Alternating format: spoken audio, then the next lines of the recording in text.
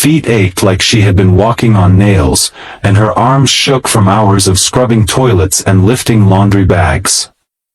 Yet when the little boy, no older than 7, quietly walked over and held out his tiny juice box with a shy smile, something inside her broke. Not in pain, but in warmth. And neither she nor the boy knew then, that this small, innocent gesture was about to change everything. Monica James wasn't supposed to be a maid. Once, she had been a college student on the brink of a nursing degree. She had dreams of working in a hospital, helping people, making her late mother proud. But life is rarely kind to the poor who dare to dream. When her mother died in a car crash and her younger brother got into trouble with the law, Monica had to drop everything, her books, her future, her identity, and start working. She took any job she could find. Cleaning houses, washing dishes in back kitchens, mopping school floors after hours. The work was honest, but the hours were long and the pay was always just short of enough. When she got a call from a high-end housekeeping agency that serviced luxury homes, she felt a flicker of hope. They needed a live-out housekeeper at a gated estate in Riverstone Hills, a place so rich she'd once heard someone joke that even the birds there wore diamonds. That's how Monica found herself in a mansion where marble floors gleamed like glass and voices echoed in cold hallways. The homeowners were a family of 3, Mr. and Mrs. Langston and their only son, Toby. The Langstons were always busy, polite but distant. They treated Monica like furniture, acknowledged when needed, invisible otherwise. But the boy. Toby was different. Toby was quiet. Always sitting alone in the massive living room or on the back porch with his sketchbook. Monica often caught him drawing birds, trees, or scenes of space and stars.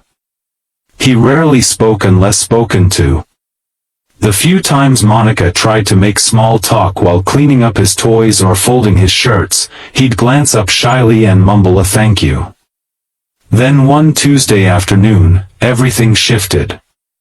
Monica had just finished scrubbing the tile in the guest bathroom when she collapsed onto the bench near the kitchen entrance. She hadn't eaten since breakfast.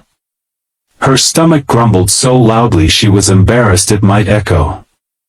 She wiped the sweat off her brow and sighed, leaning back against the cold wall. From the corner of her eye, she saw movement. Toby. He stood a few feet away, holding his lunchbox with both hands, watching her silently. Then, without a word, he walked up to her, opened his box, and offered her his juice. A tiny apple juice box, cold and sweating with condensation. She hesitated. "No, sweetie, that's yours," she said gently, forcing a smile. But he insisted. "You look really tired. And thirsty." Tears burned her eyes. No one had offered her anything in a long, long time. She took the juice, whispered thank you, and drank it slowly, savoring not just the taste, but the gesture. That moment stayed with her all day. And it stayed with Toby too.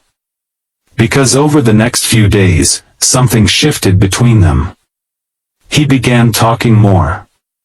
He showed her his drawings. He asked her about cleaning, why she did it, how she learned to fold laundry like origami, and why she always seemed sad when she thought no one was looking. One day, he asked, "Do you have kids?" She laughed. "No, not yet." "Will you have some?" "Maybe. Someday. But right now, I have to take care of myself first." He nodded, as if understanding more than a child his age should. That weekend, Monica came into work to find the house unusually quiet. The Langstons had gone out for a dinner party. She was cleaning upstairs when she heard soft crying. She followed the sound to Toby's room. He sat in the corner, knees tucked to his chest, his sketchbook beside him. Monica rushed over. "Toby? What happened?" He shook his head. "I just miss my mom." "But your mom's downstairs, right?" "No," he said. "She's not my real mom." The words hit her like a punch. She blinked. "What do you mean?" Toby sniffled. "I was adopted when I was a baby. That's what Dad told me once when he thought I was asleep. But he said never to talk about it." Monica gently hugged him. "It's okay, sweetheart. You're loved, even if things are confusing." That night changed everything. Toby clung to her more in the days that followed. He would wait for her at the door when she arrived. He began drawing her face. "You look like sunshine," he once said shyly, showing her a sketch of a woman with a glowing aura. But not everyone in the house was happy about their bond. Mrs. Langston noticed. And disapproved. One evening, Monica was called into the study. Mrs. Langston was blunt. "You're the help. My son is impressionable, and I don't like how attached he's become. Keep your distance." Monica nodded quietly. Her chest felt hollow. The next day, she tried. She avoided long conversations. She focused on her chores. But Toby was persistent. "Why won't you talk to me anymore?" he asked, eyes brimming with tears. I have to follow the rules," she whispered. Then came the day everything changed. A sharply dressed man arrived at the Langston mansion. His name was Jonathan Blake, a lawyer. Mrs. Langston looked pale when she opened the door. He asked to speak with Monica. Privately. They sat in the garden. "Miss James," he began, "I represent a client who has been looking for a woman who gave up her child under difficult circumstances 8 years ago. There was a mix-up in the adoption process. And recently, we found some documentation that led us to you." Monica froze. What are you saying?" He handed her a folder. Inside was a birth certificate. A hospital photo. And a name she hadn't heard in years.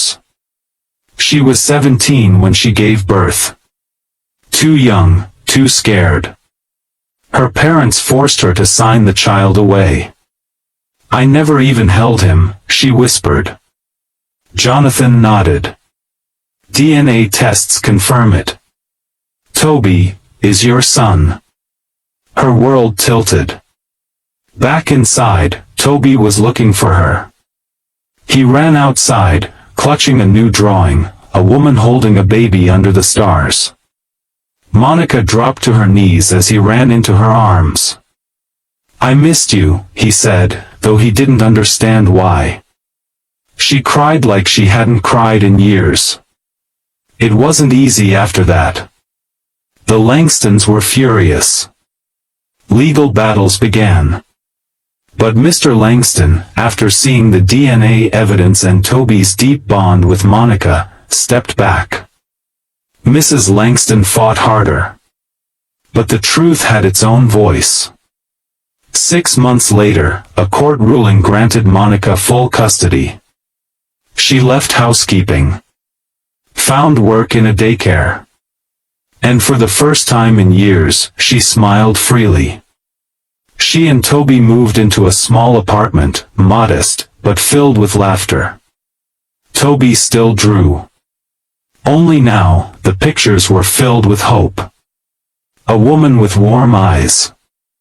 A small home under a sunlit sky.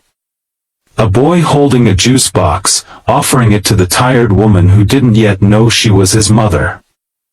That one small act of kindness, a child's simple generosity, unraveled a web of forgotten love, hidden truths, and reconnected a broken family. It wasn't fate. It wasn't luck. It was kindness. And sometimes, that's all it takes.